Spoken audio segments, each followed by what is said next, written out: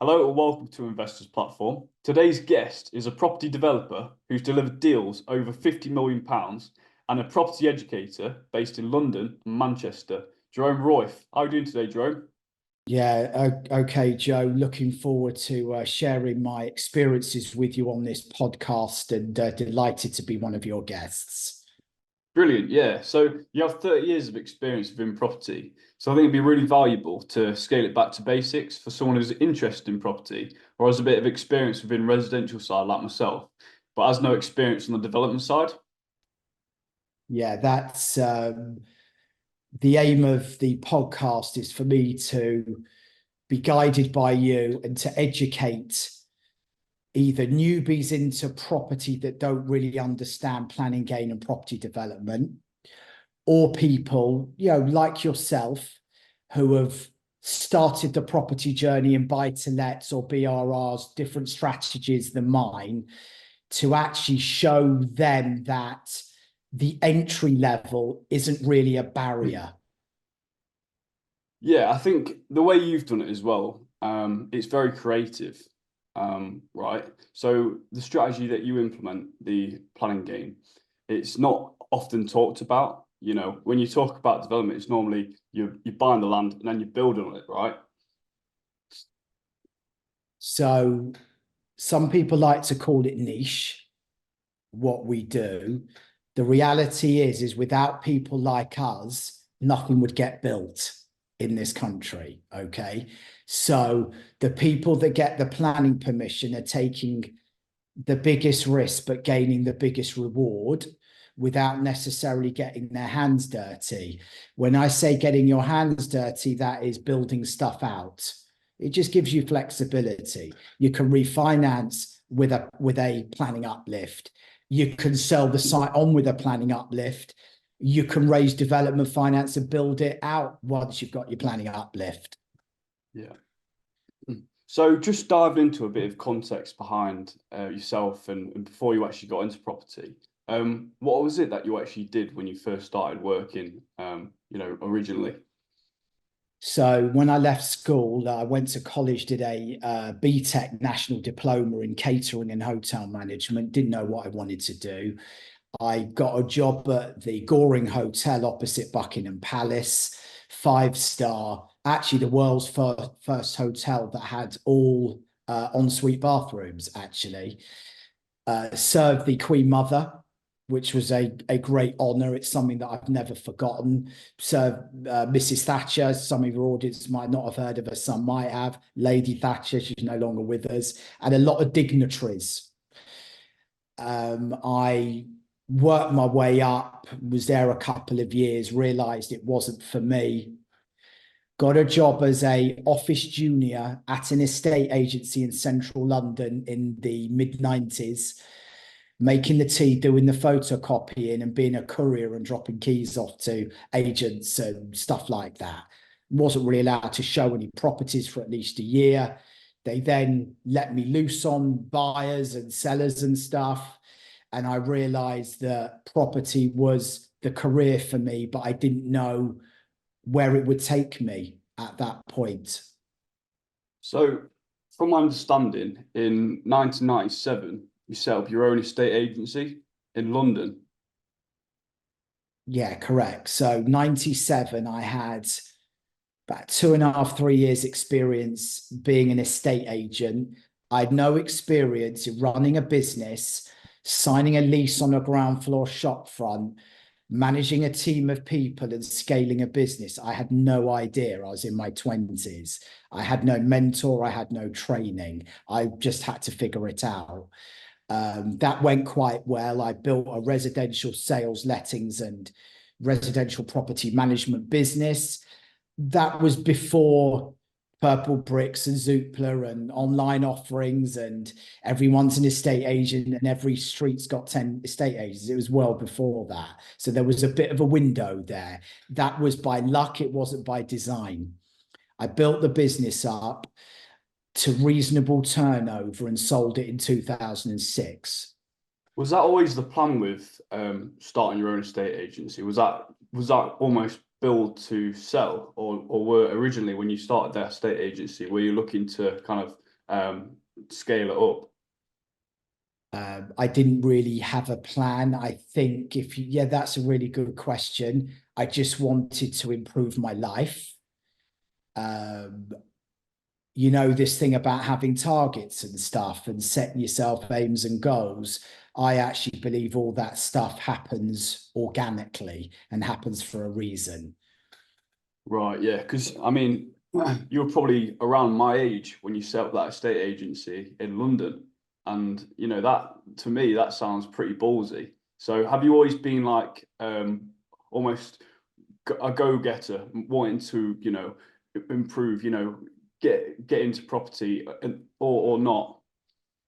I've always been a risk taker, okay, which we will talk about later on today on the podcast regarding planning gain and my present strategy. What I wanted to do was, and still want to do, is that I want to be able to have a reasonable lifestyle and to generate wealth for the family when I'm no longer here. So I came from nothing, even though I went to private school. My dad lost everything in 1990, which was a very deep recession, worst one there's been since World War II.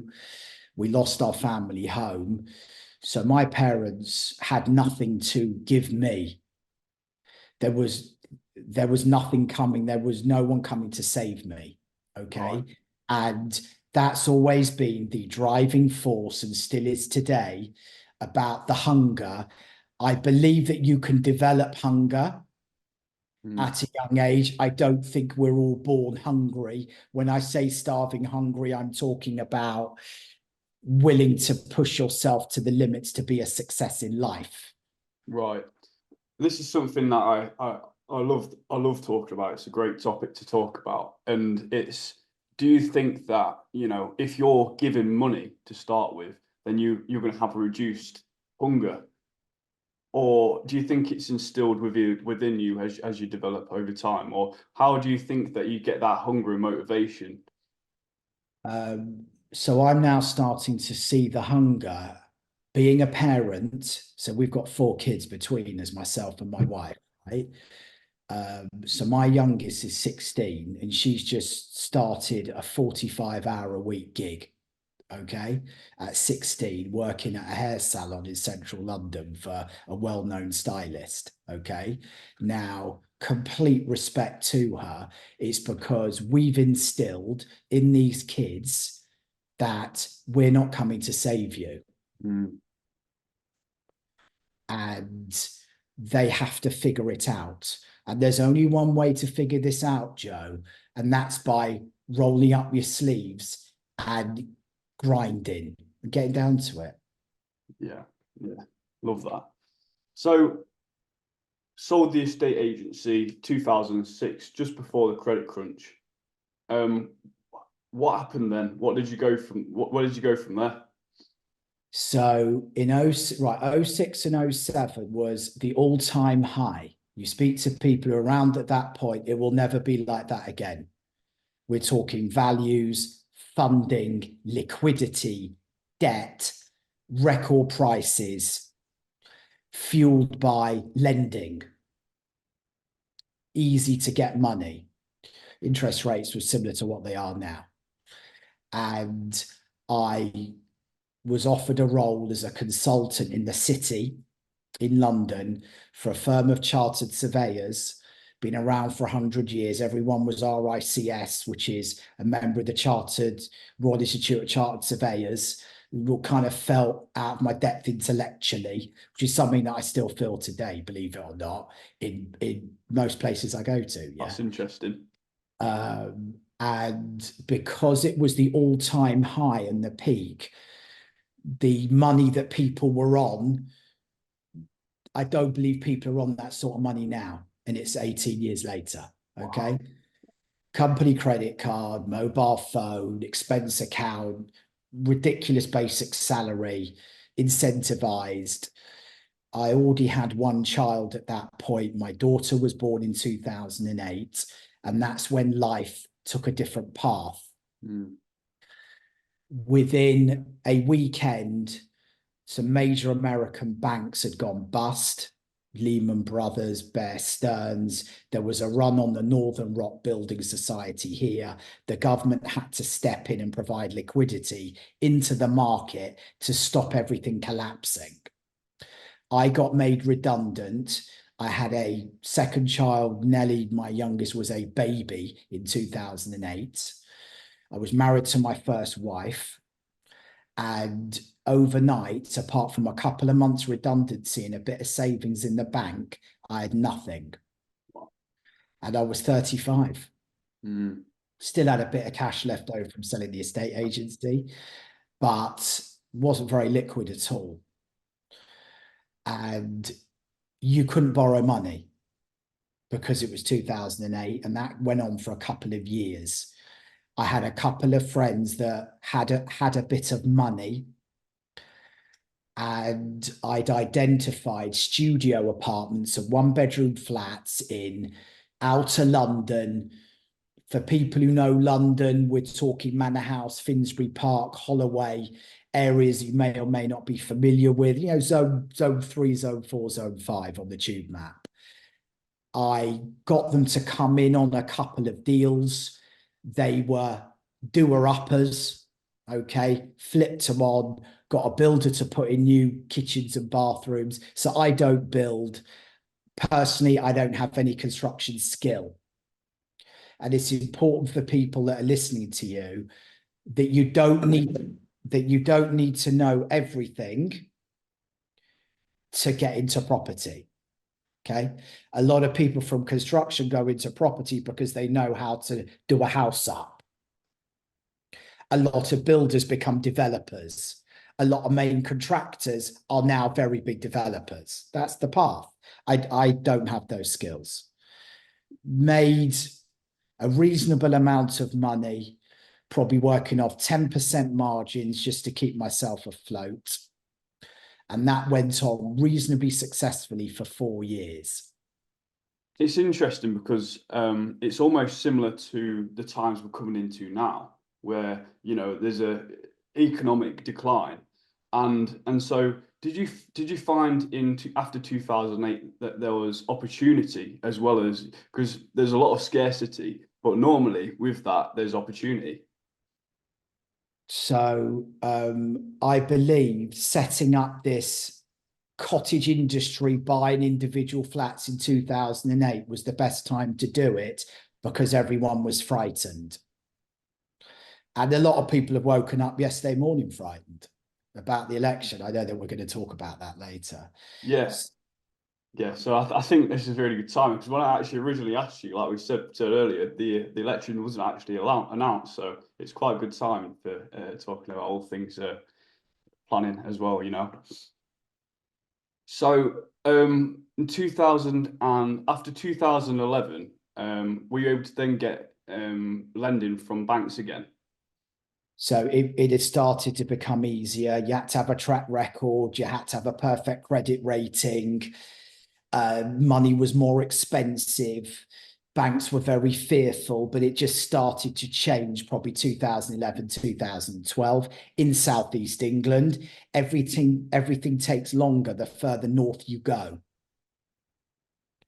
That's kind of how the economy works. London takes the lead. London goes into a decline first and comes out first. London starts booming first and it spreads out later to the rest of England. That's just the way of the world. Yeah, yeah. So what was the strategy? Did you continue to buy flats then in after 2011 or not? I realized that I wasn't going to make enough money. I'd kind of reached a limit because this problem with scalability, which we still struggle with today. Now we're not looking to scale individual one-bedroom flats for 150K. We're looking to scale a land business where we're buying multiple acres, right? It's the same thing, okay? And the biggest challenge for property people, new or not new, is how do you scale? And that's when I realized that I needed to look at something else. And once again, luck played a big role in that. And so the strategy that you moved into was that planning game? Yeah, so I was going through a lot of personal problems, and I got a call out of the blue from a guy I was at school with who at 23 had made a lot of money in chat lines, the 0898 numbers. Okay. You may or may not know what I'm on about. Okay. This was Right. before online, Yeah, right? I'm not sure. Yeah, Uh, go on. so he built a chat line business where you'd phone up on a premium rate number and you'd hear girls or women speak to you on the other Oh end of yeah, the of phone. course. Yeah, yeah. And he would take his margin from the phone operator, made a lot of money very young. He phoned me out of the blue. I was going through marital problems, and my wife became very ill. And he said, I'm launching a private equity fund. There's this new thing happening called permitted development. Have you heard of it? Wow. So that was 2012. Okay. And I said, okay. I didn't really give it much thought. Within a week, I'd left London, moved up to Scotland with my kids, just me and my two children. And May 2013 was the launch of permitted development in England. And that was the beginning of the next chapter of my career and life. It'd be interesting to ask you what life was like before permitted development within the development industry. What did that actually look like? So let's be clear, people still got planning permission on office buildings and turned them into stuff like hotels. Okay, this is like nothing new. All that happened was it became easier and quicker, and Right. more of them became residential. There's lots of buildings in England that predate permitted development that became residential from office. Okay, but when it came in, it was offices only. So let's be clear to your audience, it's now the whole of E-class. There's a load of other uses within permitted development. It was only office buildings back then. So just to scale it right back then, the Permitted Development Act, right? So right now, if you've got a property and you want to extend it, you can extend it within that permitted development class, right? So what would you do then before permitted development actually came in? So you would submit a full planning application. Let's say you were going to buy a office building of 3,000 square feet, call it 300 square meters, that you thought you could get 5 flats. Okay. You would have submitted a full planning application. Right, so 2013, you moved into to permitted development. And so what did that allow you to do and how did that allow you to scale? It was the first time I'd been working around people that were very, very successful and understood how to scale. I'd never been wrapped around it. It took me till 40 years old to be around the right people, people who are really serious, okay, about business. And what permitted development allowed you to do then was to go after any vacant office building in the country of any size and go and get permitted development or prior approval. It's the same thing to change the use into residential. And that's what we did. My role was to find vacant office buildings in England in reasonable value locations that would convert into residential flats. Just for context then, how much could you scale this and how long did it take you to do it? So because you can get permitted development within 56 days, which is the same now, it means you're turning around your money quicker. Let me give you some context. Say you buy a building for £500,000. So you own it and it's unconditional. You own it, you have to buy it. you might have taken a bridging loan, whatever, that's not relevant for this context. You submit your prior approval PD application, and within 56 days on your 5,000 square foot building, you have planning for, let's call it 10 flats. And you know that with 10 flats, a valuer is going to value it at £700,000. So you're able to recycle your cash and pull it out and refinance or trade it on in the same way you, Joe, pull out your refinance on your BRR.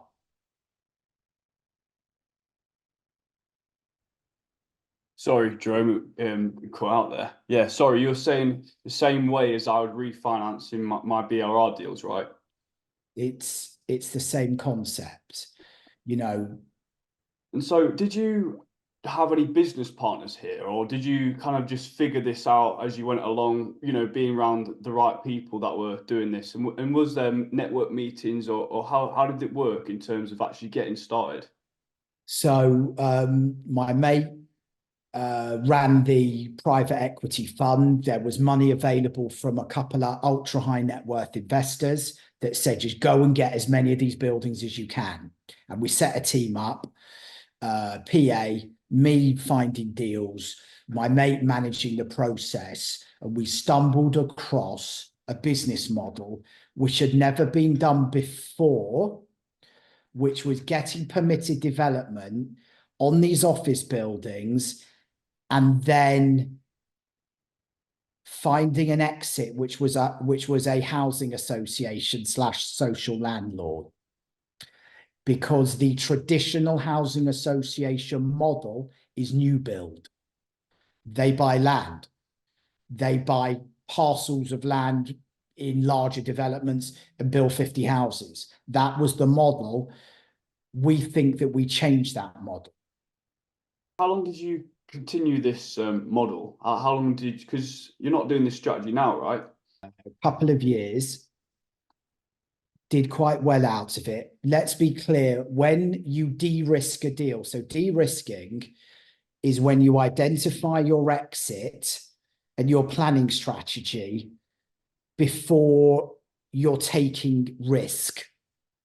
So let's say exchange contracts on the office building, find the housing association, go into planning with their scheme, which they might pay for the planning, and you are de-risking it, but they are paying you under market value because it's going to be social rent, affordable housing. So when you de-risk, you are earning less money, but you are removing your risk. You can't have both. Yeah. So 2 years into that, scaled 150 units across, I think, 4 buildings, because there was no cap on the size of building at that point. They brought in a cap on the size. They've now removed the cap again. Okay. Don't know what Labour will do. And I now had sufficient strength of mind and self-belief to go and do this myself, but with land, not with buildings. Planning gain on land and building out as and when required. This is way before, courses and that sort of thing, it sounds like. So was there still people doing the same as yourself? As in moving from, office blocks, convert them into flats under PD, and then moving into land. Was there people kind of following your tracks as well or not? I don't know. And something that I do is that I never pay attention to what anyone else is doing. I think this is really important. I listen to my inner circle of my team and my investors and my business partners, and I don't really care what anyone else is up to. So I don't know is the answer. Yeah, fair point. So in terms of planning gain on land, and we'll break that down fully later on, but I just wanted to discuss, what your target area was, and why you choose certain areas. Okay, so should we now start exploring location and GDV? Yeah, I'd say so. Yeah, I'd say so. Okay, so GDV means gross development value, which means, let's say you're building 5 houses or you're converting a house into 5 flats. You're going to establish through local agents and online portals and land registry data what the value of each one of those 5 units is. The combined total of the 5 houses or 5 flats is what the gross development value is when you sell all of them. But it's gross, it's not net, so that will then be less all of the relevant development deductions. And in terms of locations, let's talk about pre-COVID and post-COVID in terms of values. Let's give some context. So pre-COVID, new build rates, £150 a square foot. Average across England, cheaper up north, kind of that's what it was down south. Post-COVID, 2020, £200 a square foot.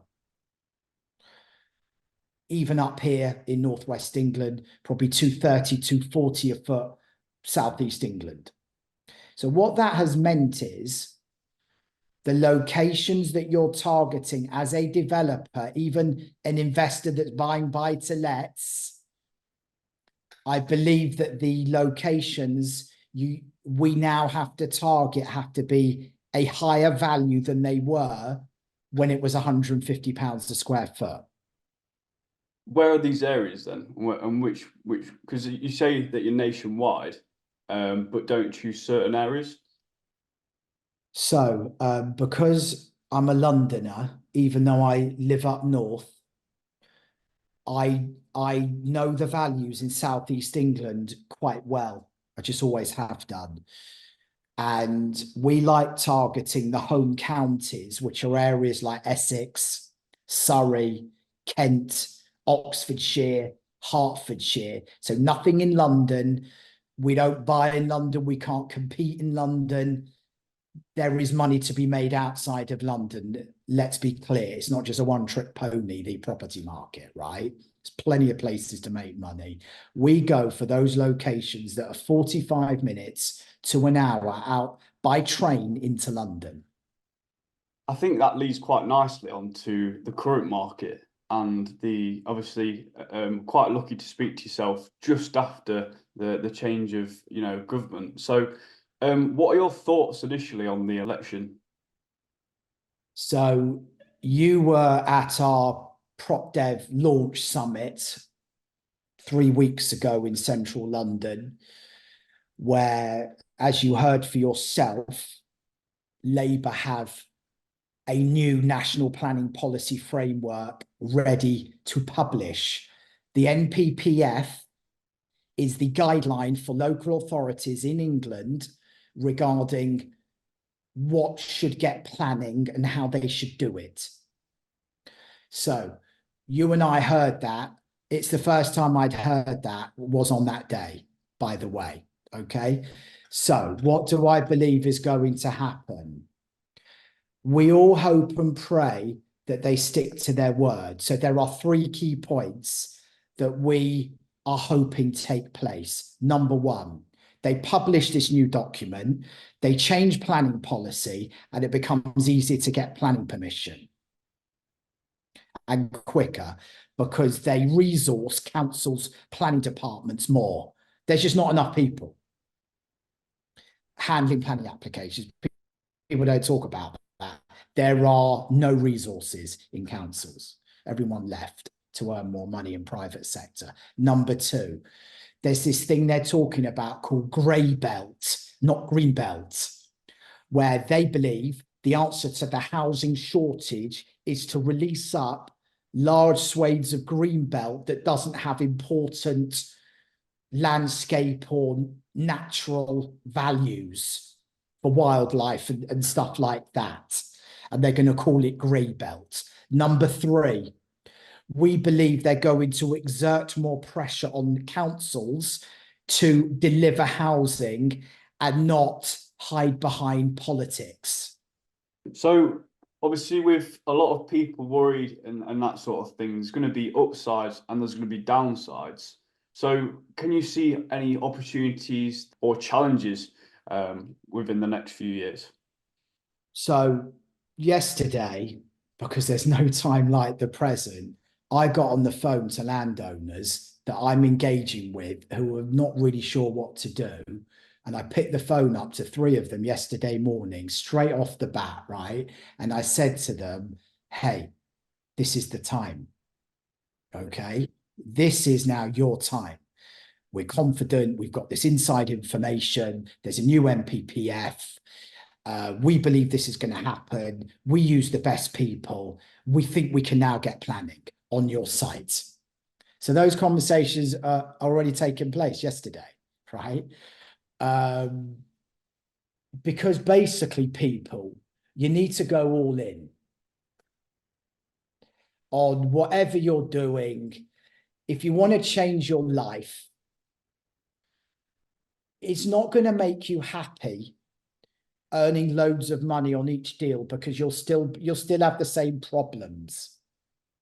Okay, maybe family problems, relationship problems, child problems, life problems. Okay, what it does is, if we go all in, we can change people's lives. Let me just say this. I listened to a podcast with Tom Kerridge, the chef.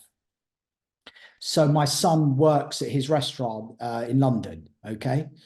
And so I listened to Tom's podcast, and he said there are 3 types of people we employ. He employs like 500 people. He's got Michelin star pubs, all that, right? You know, he's on TV, etc. Yeah. He said there are 3 types of people. This is fascinating. He said there are the people that want a job, and that's okay. They leave at 5, and everyone business needs them, but they're doing it just to pay the rent. Then the second group is the people that want a career. And they're the people that come to the kitchen and work at my restaurant at 17, and they want to become a head chef. And that's great. And we need those people. But the third set of people, which is the minority, is they have a calling. And the people who have a calling want to change their lives and the lives of everyone they come into contact with. And that's what I believe we have to try and aspire to. Yeah, that's an interesting point. I'm certainly aspiring to be that minority. And I think a lot of people that are listening to this podcast are the same. So you've been in the planning game for 10 years now. So have you seen a decrease in developers in the game over time due to the increase of build and material costs at all? Okay, so it's more expensive to borrow money. So your bridging loan or your development finance costs are higher. That's a fact of life, and we need to get used to that. That is here to stay.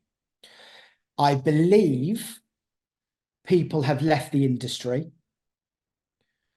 SME developers. So people building 20, 30, 40, 50 homes a year have found it very difficult. Raising the money, getting planning permission, and staying afloat financially because of cash flow issues. That's a fact. But what does that mean? It means more opportunity. I believe the change of government might impact people's mentality and potentially give people more confidence to go and do stuff. I do believe that the handbrake's going to be taken off the economy, because I'm an optimist. You have to be in this, right? You know, what you do, what I do. If we're not optimistic, we ain't ever doing a deal. That's right. That's right. Yeah. So that leads quite nicely into what would you do, say, for example, if you were to start again, what would you do in this market? What would you move into planning game if you had your knowledge, right? So for me, I believe that the entry level is now planning game rather than development, because you know it's different, right? The planning game, you are intentionally intending on creating a planning uplift through your expertise and money, and then trading it on for someone else to build. the industry and social media and property training and what else is going on YouTube, all that stuff will have you believe that the entry level is going and building these houses out. So when I train people on my property development training course, I ask them, what does your first deal look like? 5 years ago, it was, I want to buy a site and build 5 houses. 3 years ago, it was the same. Do you know what the answer is now? Go on.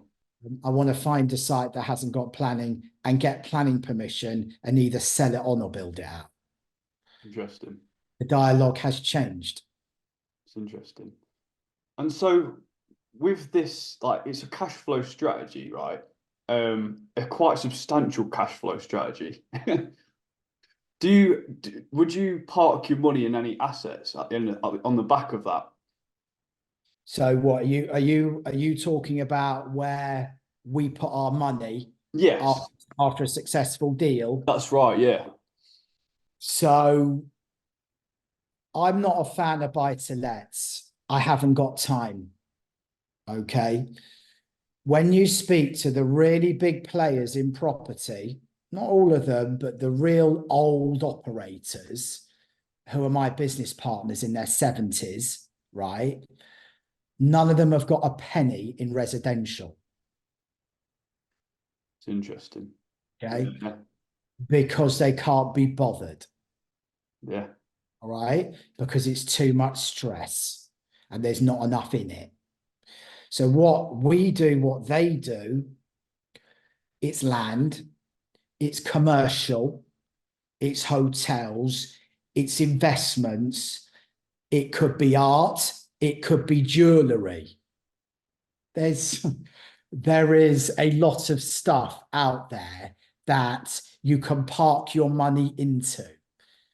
Right, Jerome, at this part of the podcast, right, I wanted to basically break down planning gain in layman terms, right? Because I know you've been on a few podcasts already, but I think it'd be really cool just to have like a foundational podcast where you explain it in, beginner terms and what it actually means essentially, right?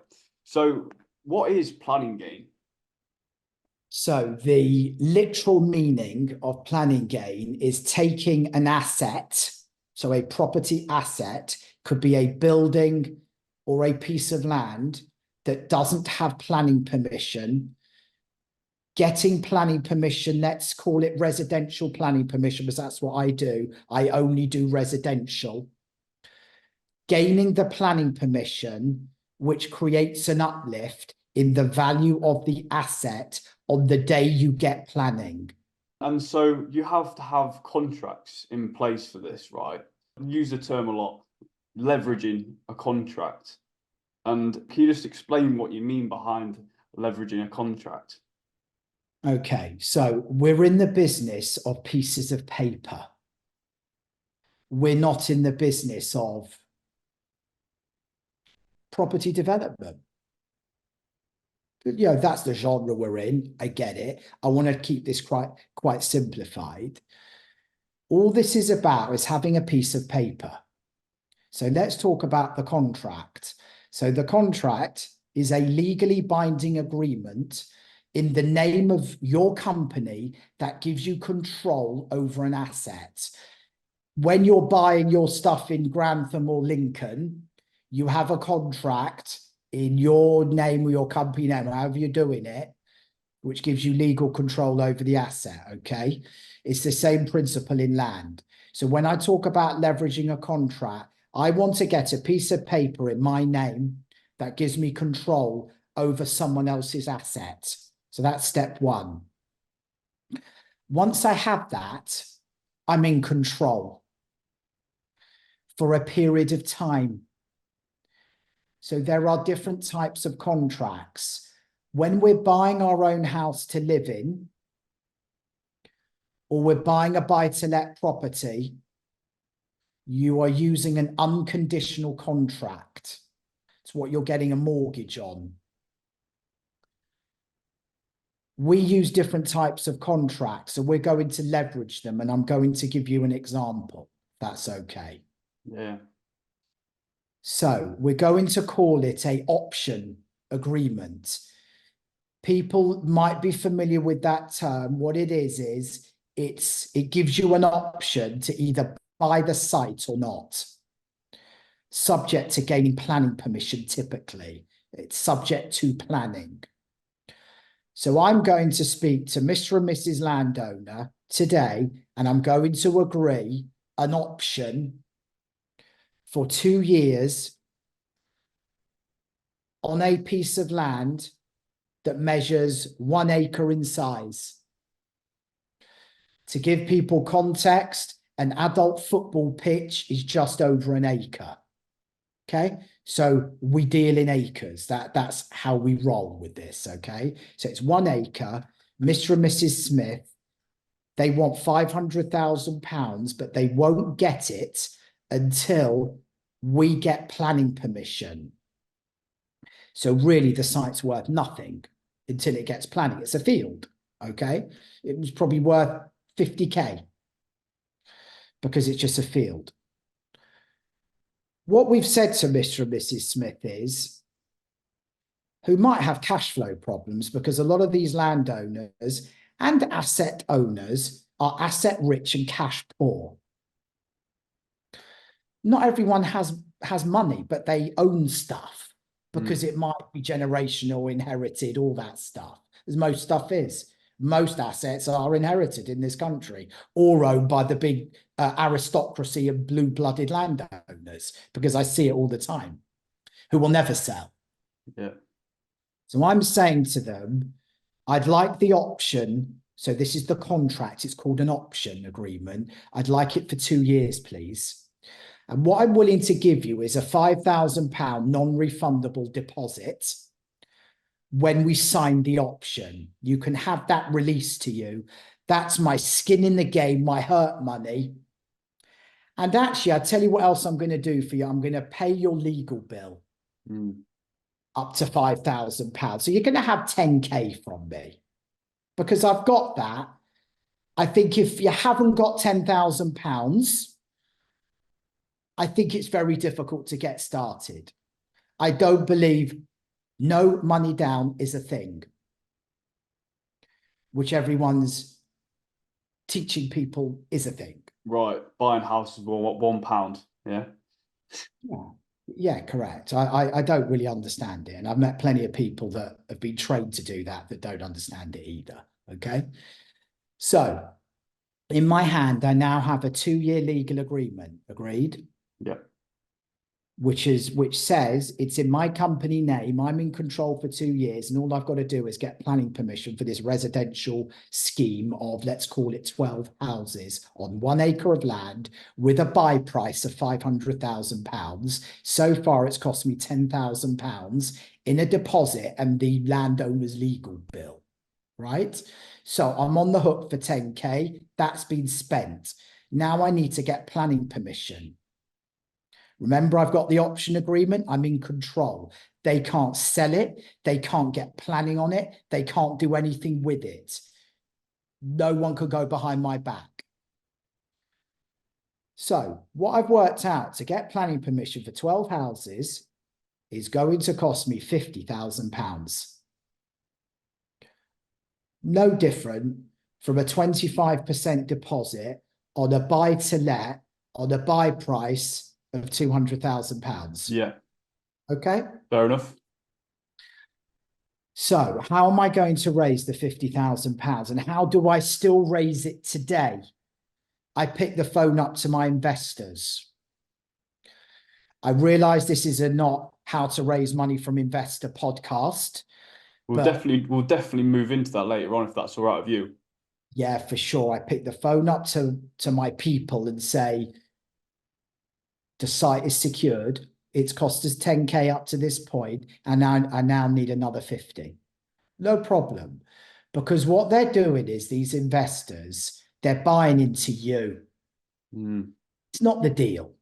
They're buying into you and your expertise and professionalism. Can you deliver it? I then submit a planning application for 12 houses. So now we're in for £60,000. And it might take me a year, or it might take me a year and a quarter. Not really relevant because I've got 2 years.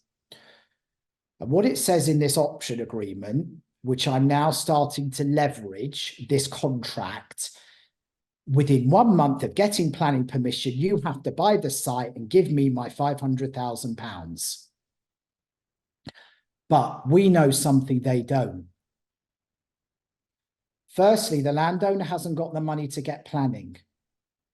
Secondly, they don't have the expertise to get planning. Thirdly, they don't have the hunger to figure out how to get planning. Okay? Well, they might not have that 50K, like you say. It's highly unlikely that they do, otherwise they wouldn't need us. Every landowner would get planning. Okay? So I've now got planning permission and we're in the hole for £60,000. Agreed? We've borrowed 50. I've probably put 10,000 in myself because I've got that. That's my risk. Because an investor may want to see what I've put in myself because it makes them feel better that they're just not the ones that might lose money. We've got planning and we're now really excited about what the future holds on this contract.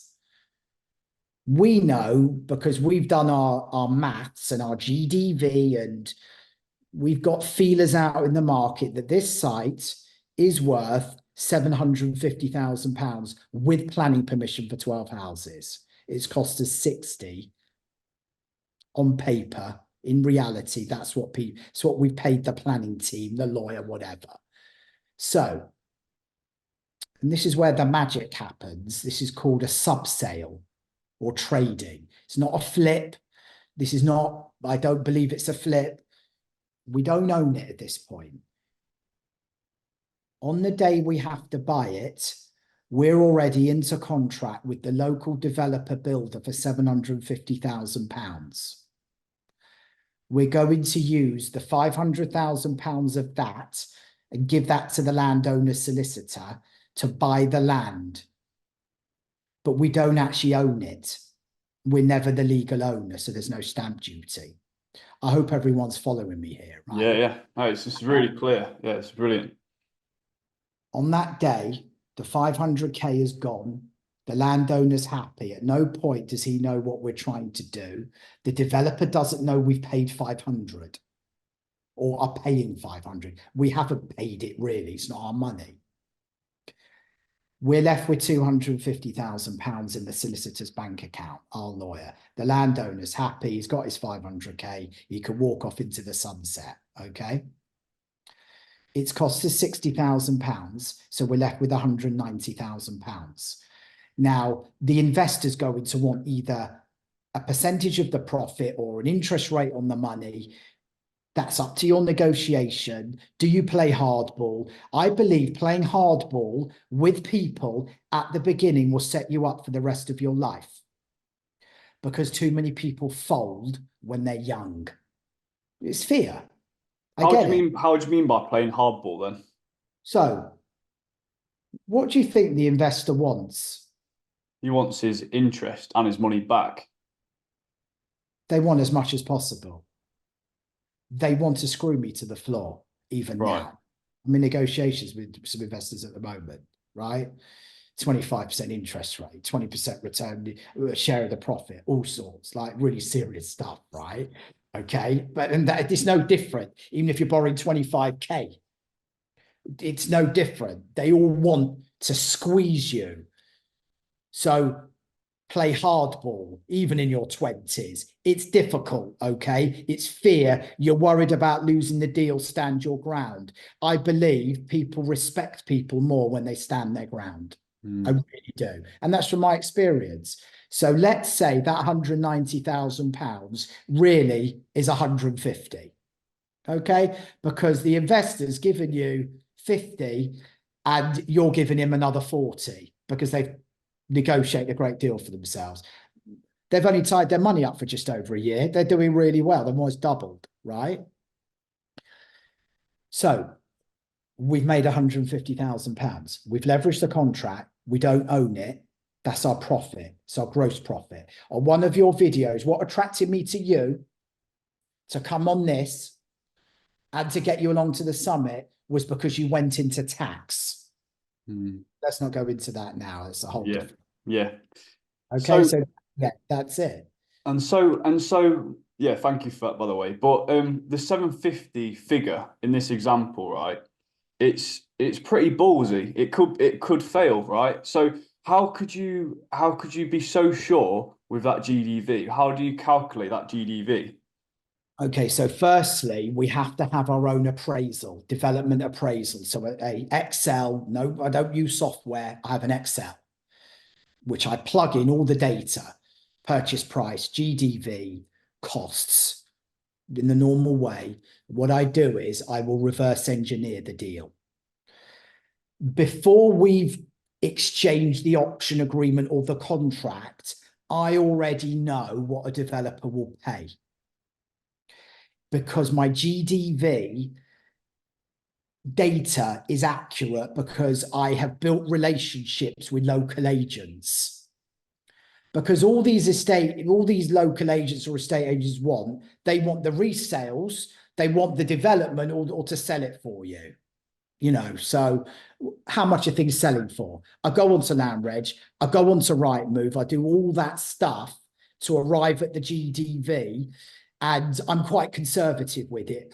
So can you come unstuck? I sincerely believe if you're buying at the right money and you know what you're doing, you should not come unstuck unless there's a major economic meltdown. Yeah, so it's just building relationships with agents then. Is there any kind of websites that you use? We use Searchland, which is property development, site identification software. They were at the summit, as you know. You might have spoken to Owen, I don't know. They have up to the minute sold and on-market data. I then cross-check that with local agents. I use the Rightmove sold house price stuff, and I use Zoopla. Cool. So there's different types of land, Jerome. Can you talk us through the differences, different types of land? I know you were saying about the grey belt. I've not heard you talk about that one before. So if you're right, just to talk us through all the categories and what they actually mean. Yeah, let's park grey belt for the next podcast, maybe in a year's time, and see if we've managed to buy any. Okay, that's the word that Labour have been bouncing around as like a bit of a strap line, grey belt. No one really knows what it is. Right. So let's focus on brownfield, greenfield, and green belts. They're the big three. Brownfield is previously developed land. What I'm sitting in today and what you're sitting in now, your house, your apartment is brownfield. It's previously developed land. The houses you buy for investment are brownfield. The petrol station you fill your car up with is brownfield. A restaurant, a bar, a pub car park, an office building is brownfield. The government's planning policy, we don't think will change much from the Tories. They want you to build on brownfield or get planning on brownfield. If you're entering into the game, doing planning game or starting out, brownfield's probably the best route through for your first one or two deals because it carries less risk. The councils are directed to give you planning within reason. For residential, we're talking. Then we'll talk about greenfield, which is number 2 on the list, which is the stuff we do. That's where you start to take risk but earn great rewards. That's typically a field. It's not green belt, it's not protected. It might be at the edge of the town or the edge of the village, and you can see it's going to be developed at some point in the future. It's the next field, the next cab off the rank, okay? And your exposure from a planning perspective is greater, but your margins are bigger. Then you've got greenbelt. 85% of land in this country is greenbelt. When you're on a train traveling north to south, all those fields you see on your carriage outside is greenbelt. They'll never be built on. It's the hardest to get planning on because it's become political and local people don't want you to get planning on green belts. This is where this grey belt thing apparently comes into it. They want to release some of the green belt and call it grey belt. Right. Have I ever got planning on Greenbelt? No. Am I trying to look at Greenbelt sites at the moment? No. After Tetlow King's presentation at the summit, that even changed my whole perspective on Greenbelt. So brownfields is the entry method for developing land then. So in terms of like the acceptance rate and that sort of thing, how would you know if you get planning from experience? I know you'd have to speak to your planning consultant, but can you give us some core principles that you found from finding brownfield sites that you've found previously and gone, right, I know from my experience that we'll probably be able to do this? Yeah, so everything is now available on your desktop. This is the beauty of it. There are 3 key metrics that I look for that I can find out free without paying anyone. Google Maps, Google Earth. I'll find a site. I'll go into the Earth, Google Earth, fantastic. See what's around it. I'll figure out it's brownfield because it might be a garage or MOT testing station or derelict pub, you know, that sort of thing. Closed down office building with a car park. So that's the first thing. Google Earth, what is around it? What was its previous use? Point 1. Point 2, let's go back to GDV. You make your money when you buy and not when you sell. So what that means is you've got to be very careful what you're paying for these sites, and that's based on the GDV and your planning risk. The GDV, which we've just gone into, it's in the public domain. Rightmove, Zoopla, Searchland, Land Registry, local agents.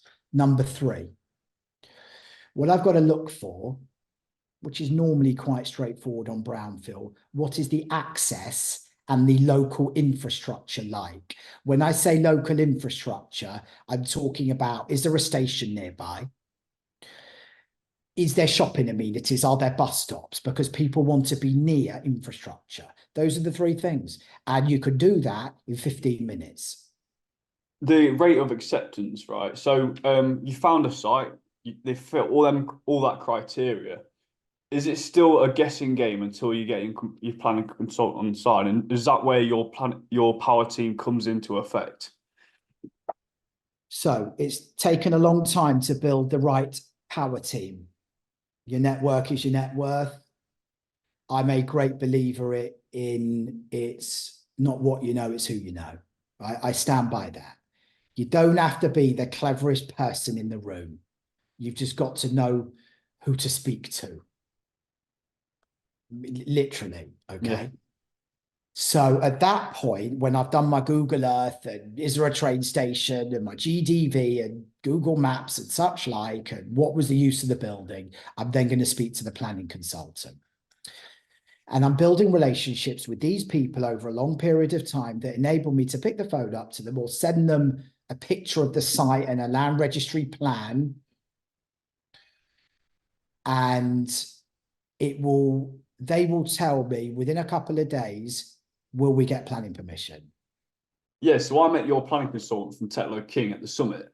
And so do they help you through the appeal process as well? So say, for example, you got a potential site, planning was rejected. Are they then able to help you through the appeal process? And can you give an example of it as well? So we're talking about Tetlow King. We use them. They're nationwide. They'll handle everything, including the appeal. So I'll give you a case study. Yes, yeah. Of a site that went to appeal.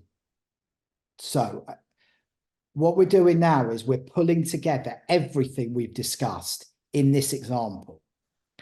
It was an unconditional contract on 2 acres of green field. That was a £250,000 purchase price. Raised the money from private investors, had a small amount myself, I think 15,000 I put in. The rest was private money. It was a greenfield site on the edge of the village, in between 2 sites, which is called infill, a gap site. Submitted a planning application for 9 houses. It got refused. I went to appeal and I won the appeal. That process in total took 2 years, including the successful appeal. So my planning team will have skills in all areas. Would you like me to share the numbers on that? Yeah, please. So, including stamp duty and insurance on the site, £257,000 cash, private money mainly. £90,000 to get planning because the appeal cost made it higher. We're in for 347, including a bit of legals, £360,000. So that's what we're in for. We haven't leveraged an option. It's cash. We own it. Our name's on the title. £360,000. We won the appeal for 9. Because we owned it and there was no mortgage, it was unencumbered. We then had it valued by a RICS valuer for £750,000. Wow, great, brilliant. So, would you be able to share what the actual issue was with the planning application and what the rectification was? Sure. So the council, because it was greenfield, said our planning policy says you can't build on greenfield. It doesn't comply with all our planning policies. You don't know what you're doing. We're not giving you planning. So specifically, it would ruin the view of the road and you're developing into a large back garden and it's not in keeping with all the other houses, which were single big like mansions on this road. So note the GDV thing here, high value areas. Okay, in a very nice part of Lancashire in northwest England. So they threw everything at us, harm to landscape, not in keeping with the road, don't want greenfield. We've got a 5-year housing supply, which is the minimum number of years of housing the council must prove they can deliver over a 5-year period. The appeal case centred on those reasons for refusal. It's not harming the landscape because at the back, you're building a £200 million dual carriageway. These people, right? Okay. Yeah. It's not going to ruin the character of the road because 3 doors down, someone's built 8 houses. Yeah. Okay. And by the way, you actually haven't got a 5-year housing supply because you lost a recent planning appeal that said you had 4.8 years. It's in writing. Right. Surely that's subjective to opinion, though, isn't it? How do you overcome that objection? Because surely they hold the cards, don't they? So how can you kind of go, yeah, well, it's not because look at the, do you know what I mean? Look at the dual carriageway. How? Because the default position of some local authorities is they don't want people to build houses. So does it almost depend on who you speak to sometimes? There's a lot of councils that are very proactive for development because they know how important it is for council tax, for jobs, construction jobs, helping people get on the ladder. But there's a lot of councils that don't think like that. Got you. Cool. So there's 2 types of planning, outline and full planning permission. Can you just give us a bit of information about the 2 and the differences there? Sure. So if we're buying or we're taking an option over a field, we're leveraging an option and we're getting planning. Remember our 12-house case study earlier on today? We're going to submit an outline planning application, and all that is to establish the principle of the new use. It's the quickest route through, it's the cheapest route through, and you only need to provide an indicative drawing of the layout. There's no detail, there's no window colours, roof tile colours, materials you're using, what fencing you're using, what do the gates look like, and how you're marking out the parking spaces. It's light touch. That's an outline permission, which you would use on a greenfield site. On a brownfield site, because you know you're going to get planning, basically, you've been advised that you're going to submit a full planning application, which designs the whole scheme. Where the units are going to go, what they're going to look like, what the color scheme is, which directions are they facing, how many bathrooms have they got, what's their height. That's worth more money when you exit or when you build, because you can get on site quicker. Because a developer that, let's say they buy off us, yeah, they will buy off an outline planning from us and they'll design the scheme themselves. Right. But then you've got the developer that wants to buy full planning because they want to get on site tomorrow. Got you. Yeah. Okay? Brilliant. So obviously with all these different things that we've just talked about right now, and cheers, thank you very much for like breaking it down into such detail. I think that'll be really valuable. But you're going to need a few different people on your power team to actually get this project from A to B. Can you just outline a few people that you've got on your planning team, on your power team, that's helped you get through to A to B? Okay, so I have a lawyer that's not a conveyancer, they're a property lawyer. That's different. The lawyer that helped the solicitor that buys your own home might not be the one for you. It's got to be a real estate lawyer. I have an accountant that will deal with the taxation and the VAT and stuff. Very important. Don't believe that you know how to do it yourself, because I've come unstuck believing I did, particularly when it comes to money and accountancy. I have a planning consultant who I can pick the phone up to at any time and say, what do you think of this site? And they'll handle the planning applications as well. I have an architect. They're the ones that will do me the drawings and the submissions for planning, but give me the idea right at the beginning, before I've submitted an offer, how many units we can get.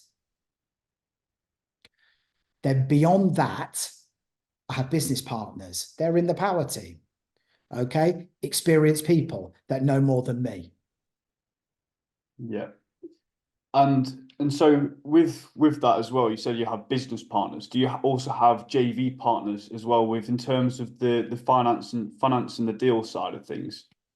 So how we work is, on the JV side, it would be a JV with a landowner on their site, and we'll provide all the equity to get planning and or build it, and provide all the money. They will provide the land.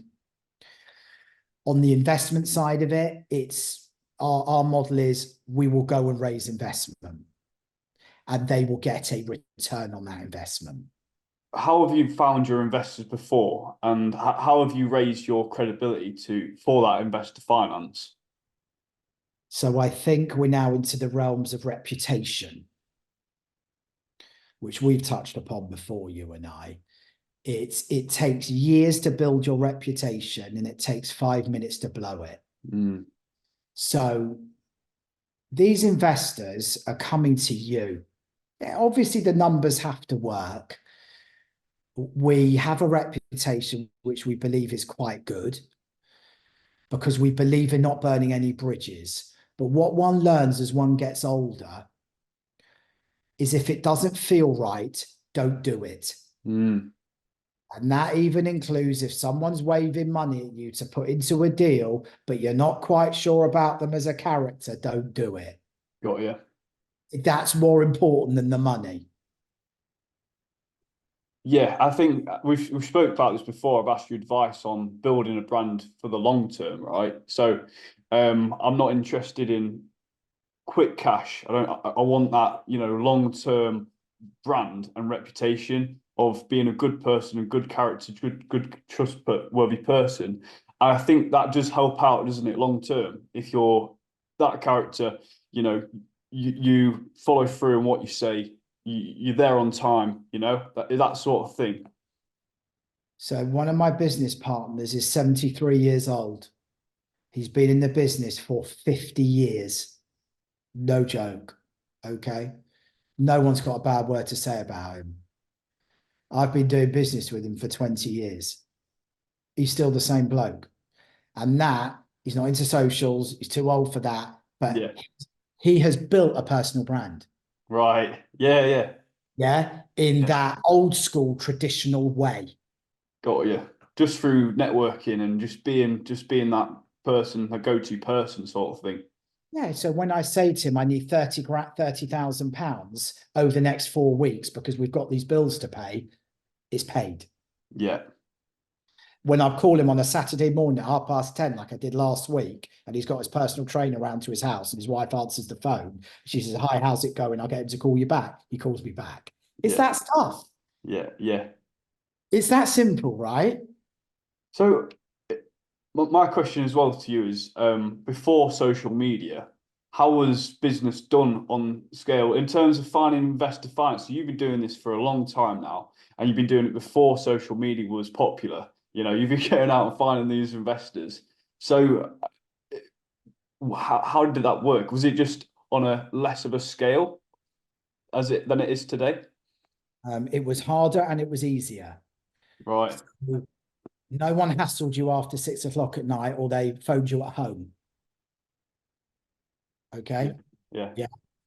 So basically, you actually had the evening to yourself with your partner or your kids or your mates. Yeah. Because there was no digital public domain platforms to research stuff, everything took longer. To get ownership details of a site, you would write to the land registry. Okay, now you can open up an account. Okay. Yeah. Let's be clear.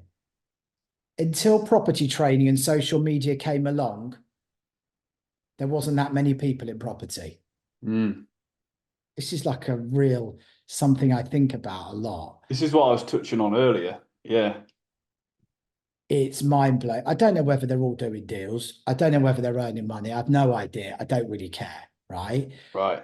But pre-digitalization and pre-training and pre-buy-to-let mortgages, these are new. They're only 20, 25 years old. All these products, Yeah. yeah, Yeah. they're new in the bigger picture. Yeah. If you didn't have money, you weren't really in property. You had to have money. You This had is to have your this own is money. it. This is it. Yeah, yeah. Because I remember as a kid when someone would say to me, "Oh, he's a landlord," I'd be like, "Wow, he's like a multi-millionaire." It's like, wow, but really, that's not true, is it? You know. But it's that concept, and it's probably not easier. It's probably harder than it is before. But because of like the how much people talk about it, people want to get into it. So you know, that's what people set their mind on. You know. Yeah, correct. So, but I think it's easier for people to become a property professional now because you can have your career fast tracked by training. Mm-hmm. Yeah, yeah.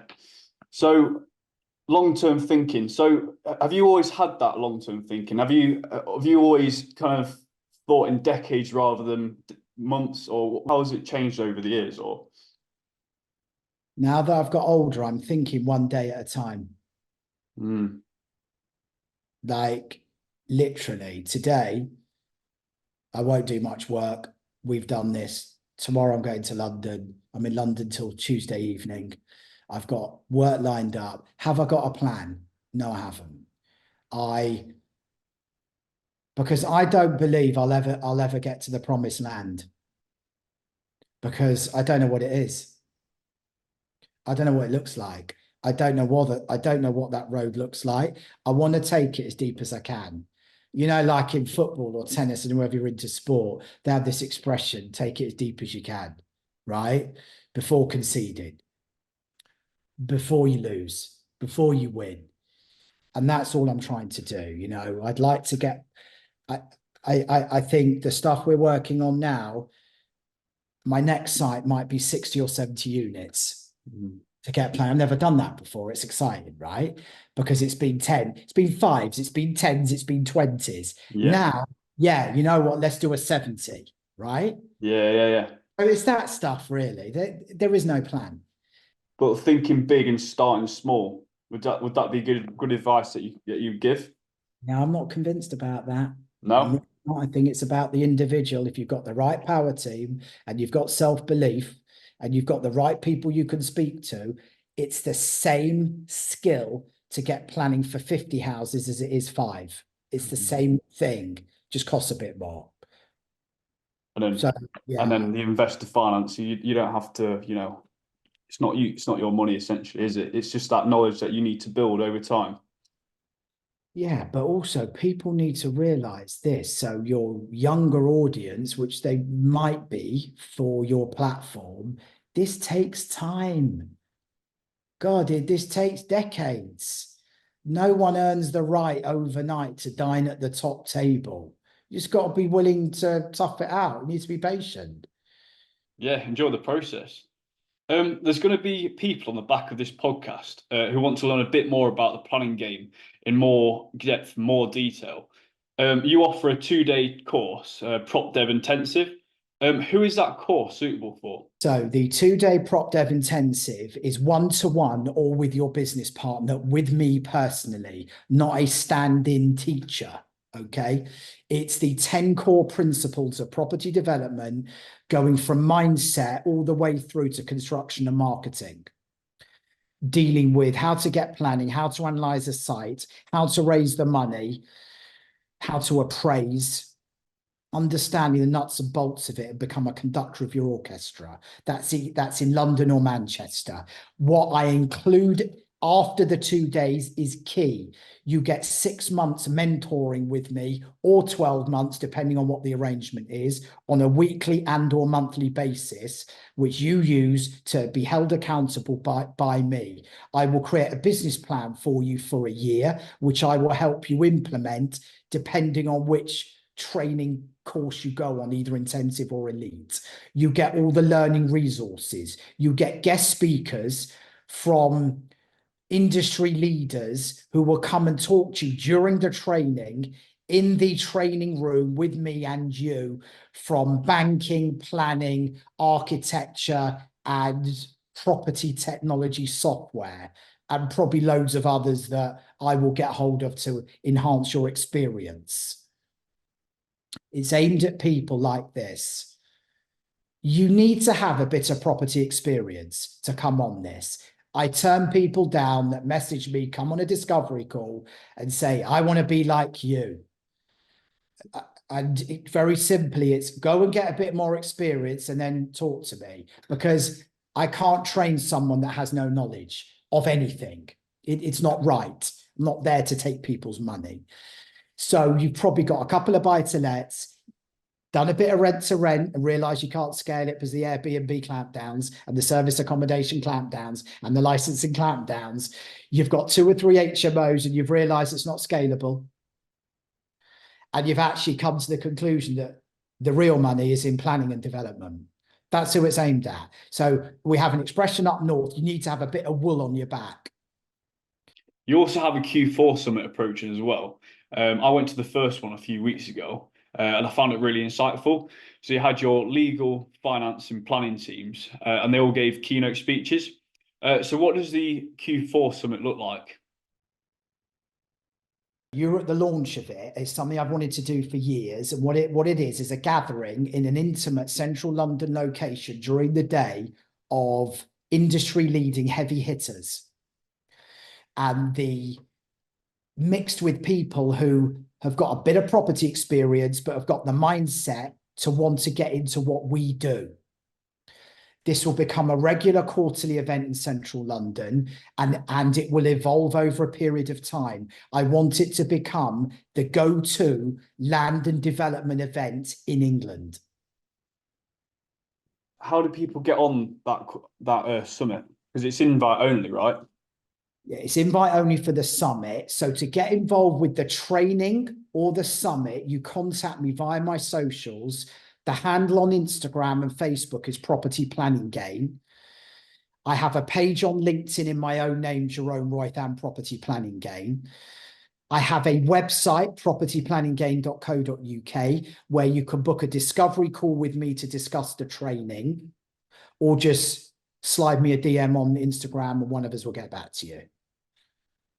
Amazing. I think, yeah, I definitely would recommend getting in touch with Jerome, because you are probably the only person with this much knowledge and experience doing this, I believe. So definitely get in touch with Jerome, guys. And so with Jerome, when that next site becomes available with the 70 units, I'd love to come with my videographer and record it. Yeah, And yeah. just So break it down, because I think this has been really valuable to just take it from, a beginner perspective, break everything down into simple terms. okay, well, we may have one pretty soon because I signed a option agreement on Friday, yesterday, that I hand delivered to our lawyer. I'm now waiting for the landowners to exchange it. It's in Southeast England, so you may get a call from me quicker than you think. Okay. Excellent. Right. Very good. Well, I look forward to that.